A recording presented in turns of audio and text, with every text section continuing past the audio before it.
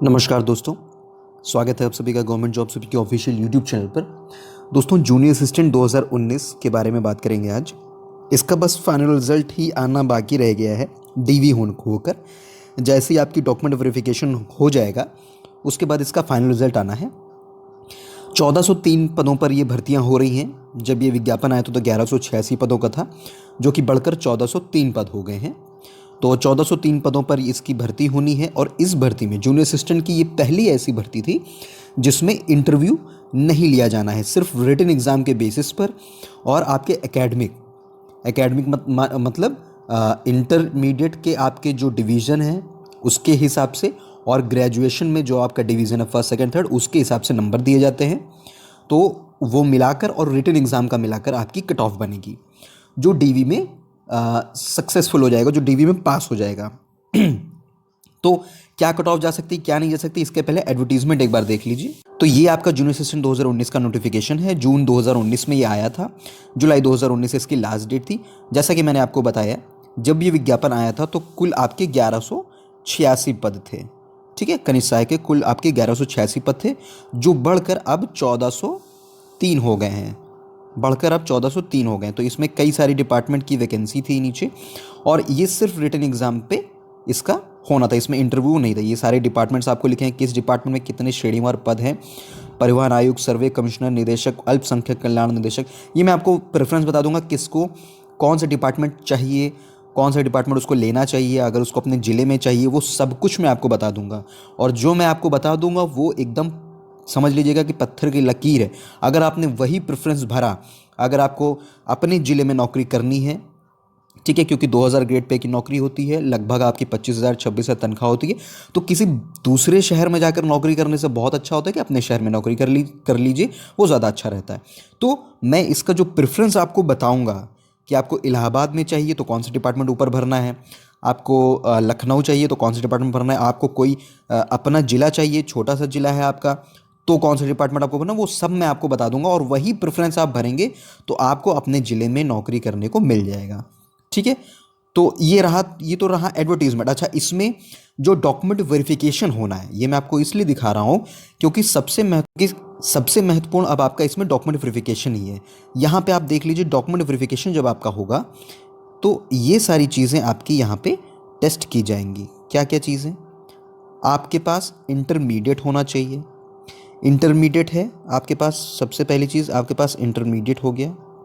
ठीक है, उसके बाद टाइपिंग आपने पास ही कर ली तो कोई दिक्कत नहीं, इंटरमीडिएट आपका है। सबसे मेन चीज़ डोएक CCC अथवा किसी सरकार द्वारा मान्यता प्राप्त किसी संस्था द्वारा उसके समकक्ष प्रदान किया गया कोई प्रमाण पत्र। तो CCC के समकक्ष आप सभी को पता है, अगर आपने 12th में कंप्यूटर सब्जेक्ट लिया है या ग्रेजुएशन में आपका कंप्यूटर सब्जेक्ट है या आपके पास BCA, MCA, BSc computer science, MSc computer science, BTech computer science ये सब है, तो आपको CCC की ज़रूरत नहीं है। ठीक है, तो यही आपका डॉक्यूमेंट वेरिफिकेशन में आपका चेक होगा। इंटरमीडिएट का चेक होगा, आपकी डेट ऑफ बर्थ चेक होगी, CCC का सर्टिफिकेट चेक होगा और बाकी सारी चीज़ें। ठीक है, तो ये हो गया आपका एडवर्टीजमेंट। अब आप ये देख लीजिए, जो आपका टाइपिंग का रिजल्ट आया था, ये 30 दिसंबर 2021 को आपका रिजल्ट आया था।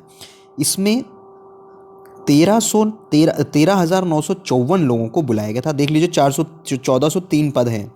जो आपका विज्ञापन में 1186 पद हैं वो बढ़कर अब हो गए हैं 1403 पद। ठीक है, तो 1403 पदों के लिए 13,954 लोगों को टाइपिंग के लिए बुलाया गया था। ठीक, उस पर इतने लोग 6,405 लोग आपके टाइपिंग में पास हुए। ठीक है, 3,360 अभ्यर्थी फेल हुए और 4,188 अभ्यर्थी एब्सेंट रहे, आए नहीं। तो इनका कहीं ना कहीं सिलेक्शन हो गया होगा, इन्होंने JA को स्किप कर दिया, छोड़ दिया।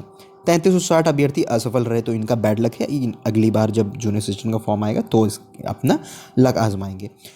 अब 1403 पद हैं और टाइपिंग में पास हुए हैं 6405 लोग, मतलब एक पद पर कुल मिला के 4.5 लोग हैं। ठीक है, हम एक पद पे 4 मानते हैं। क्यों हम ऐसा एक पद पे 4 क्यों मानते हैं? क्योंकि अभी जब आपका डीवी होगा, जब आपका डीवी का शेड्यूल आएगा, और ये डीवी मोस्ट प्रोबेबली आपकी फरवरी में होना, फरवरी 2022 में आपकी होगी। क्या डेट है क्या नहीं ये सब मुझे नहीं पता, लेकिन फरवरी में आपकी डीवी होगी। ठीक है, तो जब डीवी होगी तो ये जो 6,405 लोग हैं, इनमें से कुछ ऐसे होंगे जो शायद डीवी देने ना जाएं, ठीक है, कुछ डीवी देने नहीं जाएंगे, ठीक है, कुछ के पास ट्रिपल सी सर्टिफिकेट नहीं होगा या उसके समकक्ष कोई सर्टिफिकेट नहीं होगा, कुछ लोगों के डॉक्यूमेंट में कुछ गड़बड़ी हो जाती है, उनको बाहर कर दिया जाता है। और अब आते हैं सबसे मेन एकेडमिक पे।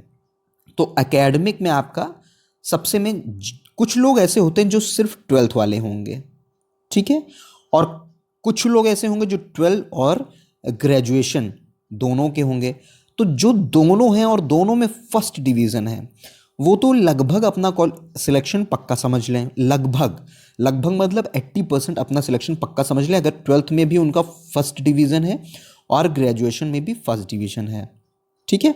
अब जो सिर्फ 12th वाले हैं, अगर उनका रिटन में बहुत ज़्यादा नंबर है, जो सिर्फ 12th वाले हैं, अगर उनका रिटन में बहुत ज़्यादा हाई नंबर है, तब तो कुछ बात बन सकती है। अगर नहीं है, कम नंबर है, तो जो सिर्फ 12th वाले हैं वो बाहर हो सकते हैं।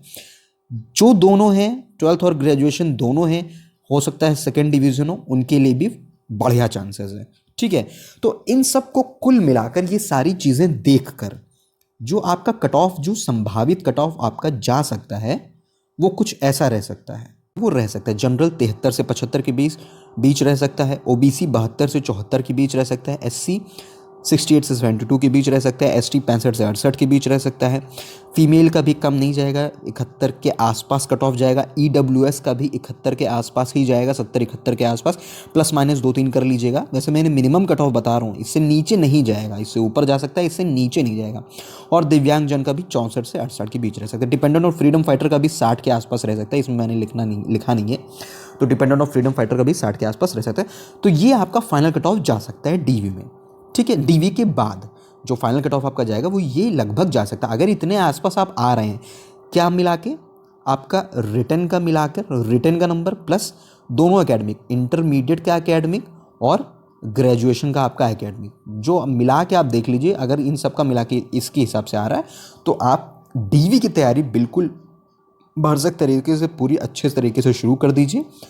और मैं आपको पोस्ट प्रेफरेंस डीवी में कैसे करना है, क्या करना है, वो सारी चीज़ें मैं आपको डीवी से पहले बता दूंगा, ठीक है। पोस्ट प्रेफरेंस कैसे भरना है, क्या भरना है, जैसे डीवी की नोटिस आएगी मैं आपको सब कुछ बता दूंगा। आप एज इट इज़ प्रेफरेंस भरिएगा, ये मैं गारंटी ले रहा हूँ कि आप मेरा बताया हुआ अगर प्रेफरेंस भरेंगे तो आपको अपने ज़िले में ही नौकरी मिल जाएगी, या तो अपने ज़िले में मिल जाएगी या तो एक ज़िले से बिल्कुल अगल बगल वाले ज़िले में मिल जाएगी, तो आपको कोई दिक्कत नहीं होगी, ठीक है। तो चैनल को अगर सब्सक्राइब नहीं किया दोस्तों, सब्सक्राइब करके रख लीजिए। पूरा फोकस अब जे 2019 भर्ती पे रहेगा, क्योंकि इसका डीवी बहुत जल्द शेड्यूल होने वाला है, ठीक है। तो चैनल को सब्सक्राइब कर लीजिएगा, वीडियो पसंद आया तो लाइक और शेयर जरूर कर दीजिएगा जे 2019 के अपने मित्रों के साथ। आप सभी का वीडियो यहाँ तक देखने के लिए बहुत बहुत धन्यवाद।